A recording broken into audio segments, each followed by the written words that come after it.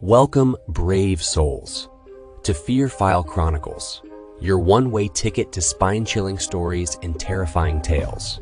Tonight, we'll be diving into the darkest corners of the human mind with the story. I was born and raised in a cult. When I escaped, I learned that their beliefs were real. Part 6, penned by the twisted mind of Adamantius. Together, we'll explore the unexplained and face our deepest fears. But before we begin, if you enjoy trembling in terror, be sure to hit that like button, share this video with your fellow fear fanatics, and subscribe to our channel. Don't forget to click the bell notification so you never miss an eerie episode. Your support truly means the world to us, so feel free to leave a comment below to join the Fear File Chronicles community. Now, without further ado, let's unravel the mysteries of the unknown together as we delve into tonight's fear-inducing story. I was born and raised in a cult. When I escaped, I learned that their beliefs were real. Part 6. Dim the lights and prepare yourself for a chilling journey into the Fear File Chronicles.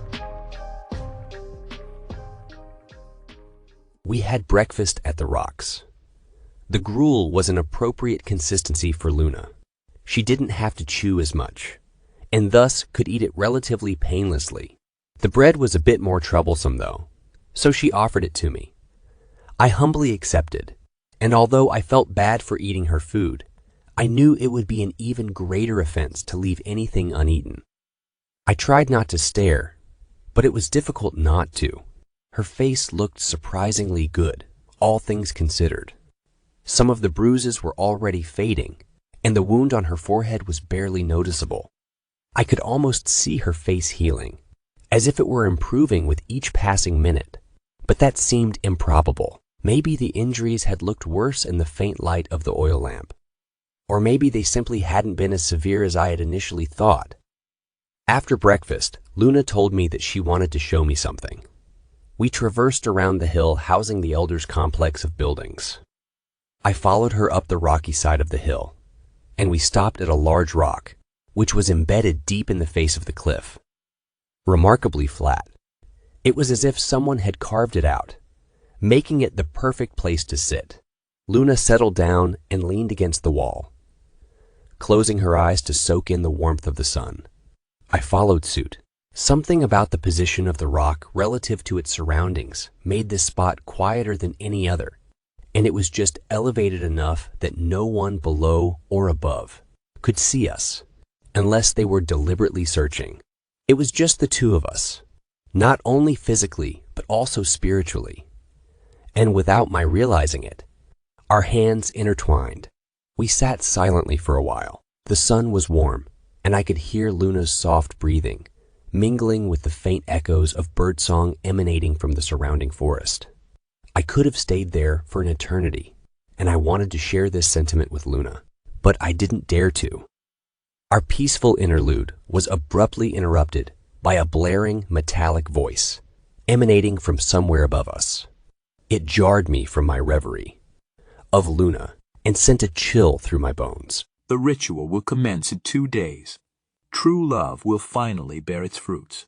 My brothers, my sisters, our children, please make any and all necessary preparations. May the one true God bless us all. 2 days? I asked Luna, my thoughts abruptly scattered. She was gazing into the distance, lost in thought. I noticed that I was no longer holding her hand, which now felt strangely empty. When did I let go? Or did she? After a pause, she finally turned to me and said, "Yeah, I guess it is." When John had mentioned the ritual earlier, I'd assumed it would be months, maybe even years away. 2 days was hardly enough time to concoct a feasible plan. My escape had taken 2 years to plan. Why hadn't Luna mentioned this? But the answer was clear. Luna had no idea what the ritual entailed. I looked around to see if anyone was within earshot. I nudged closer to Luna until our elbows touched. She seemed cold and distant. After the ritual, it's done. There is no escape anymore, I said. Why not? she asked, perplexed. She was still under the veil of the elders' indoctrination. She saw the cracks, but she didn't know the full story. I took a deep breath and proceeded to explain everything about the ritual. What Kaluth was, how I had escaped, Jacob's red eyes, how the Watchers found me, and how everyone in my home had, eventually, died. I'm not sure how long it took me to tell her all this, and I'm certain my rambling was barely coherent, let alone chronological, but I remember my mouth becoming dry midway through. When I voiced it all, it seemed so crazy that I wouldn't have blamed her for believing John's implication that I was delusional. Hell, before the ritual, I wouldn't have believed it either. Luna remained quiet. I could sense that she was mulling everything over and evaluating me as well. I was ready to jump off the metaphorical rock and free her from my madness. I felt like a disease, and she was slowly becoming infected. So, the day of the ritual is the best time to escape? Like the way you did it? Immense relief washed over me. I hadn't lost her. She was still on my side. Yeah, I think so, I replied. I can't leave without my mother. I just can't let that happen to her. She turned to face me. Her usual tough, monotone expression was completely gone, replaced by wide, frightened eyes. You need to understand that, Allison. I nodded, but I knew that there was a distinct possibility that things wouldn't go according to plan. Her mom was under the control of Elder John, and I doubted whether she would even want to leave, if given the chance. It was hard enough for me to escape alone, let alone get 3 people out. Should we tell her now? About leaving, I mean, I asked. I thought she should be the one to decide that. Luna thought about it, then said, I get it. She's part of all this, so maybe we shouldn't tell her yet. But when we do it, we take her with us, okay? We'll force her if we have to, and she'll listen to me. She has to. Works for me, but first we need a plan. Right. I don't have one. I mean, I did, but then, Yeah, I know. We sat silently for a while. Then Luna said, I think I might have something. Shoot. Okay, so you said that during the ritual, everyone is at the main field, at the center of the compound, right? Yeah, so, she lowered her voice. Well, there's one spot we could go through right near the main gate. There's a burrow that goes under the fence, and I think it's just big enough for us to crawl through. They used to patch it up, but when it rains, it always reopens. Eventually, they just stopped, so it's been there for at least a year. However, it's near the gate, which is always guarded by some men, so it's not like anyone could sneak through. But if all the men are at the field... Then it's unguarded, and we could go through. Luna smiled. You think it could work? She asked. I got the impression that she saw me as the expert, which I suppose wasn't entirely undeserved.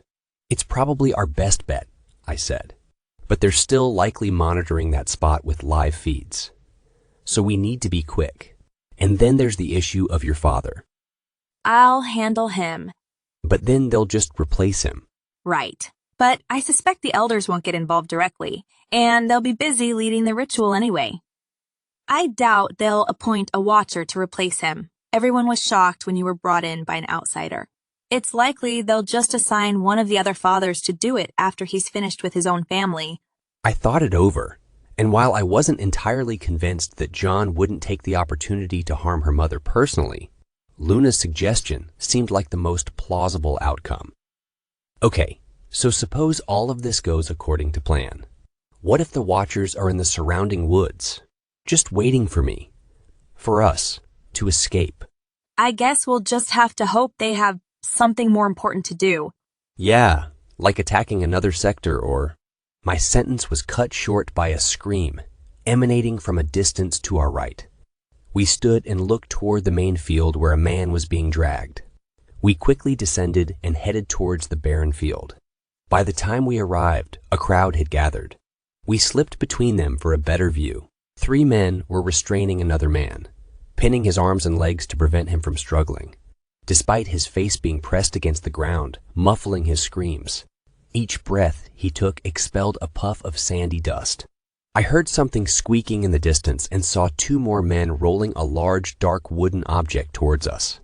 As they drew closer, I could see that it featured 3 adjacent holes on the top, the middle one being larger than the others.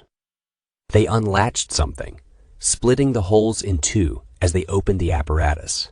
The man's arms and head were placed in the crescent-shaped slits. Then the device was closed, trapping him. His body was slightly bent, with his arms and head appearing detached from the rest of his body as they dangled through the holes. He attempted to kick the structure, but it didn't budge. The men stood around, watching as Elder John, accompanied by 2 unfamiliar elders wearing similar black jackets, descended from the hill. The trapped man pleaded for help, but upon seeing the elders approach, one of the men struck him in the face. The blow silenced him, and blood started to trickle from his now split lip. As the elders arrived, the crowd stepped back. Luna gripped my arm and we mirrored their movements, trying to blend in as best we could. Elder John stepped forward, surveyed the scene, then turned to address the crowd. "This man has plotted against us," he declared, his voice powerful and unsettling. He didn't sound like a frail old man. He sounded like a dictator. "True love forbids wrongdoing against your own brethren.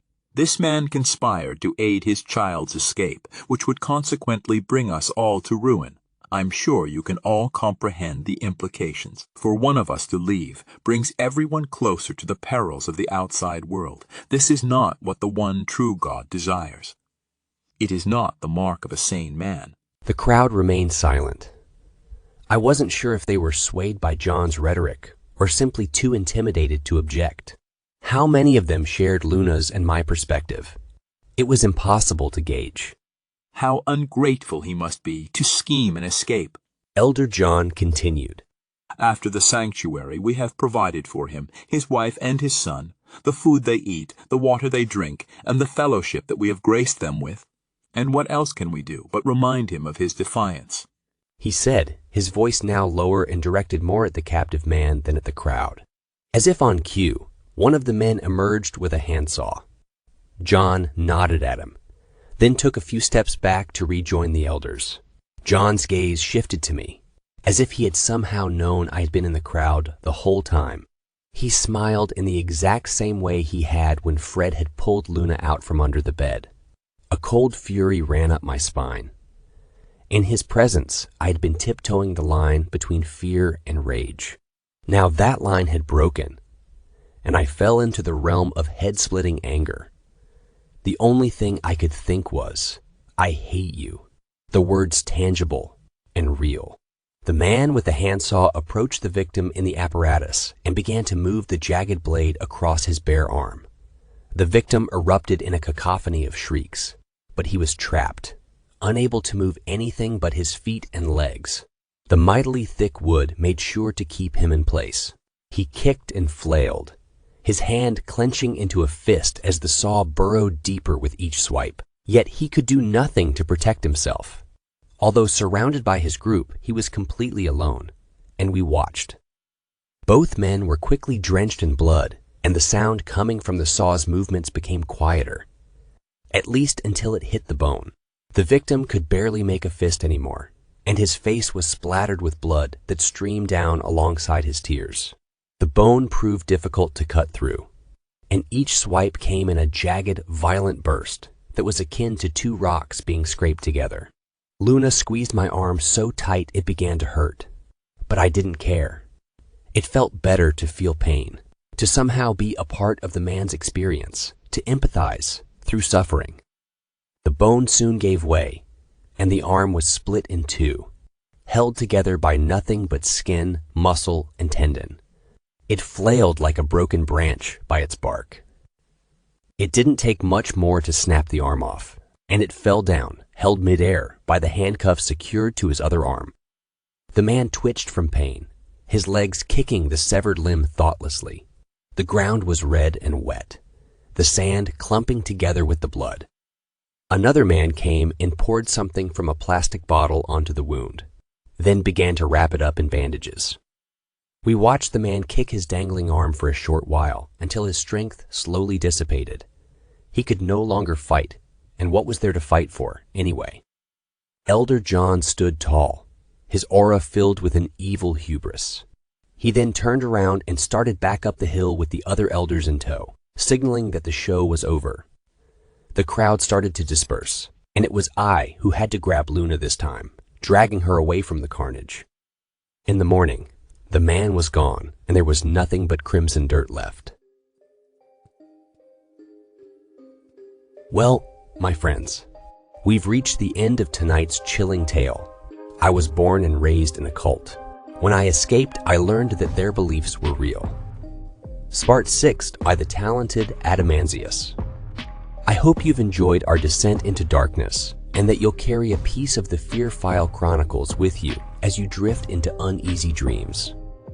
If our story left you shivering and shaking, don't forget to like this video.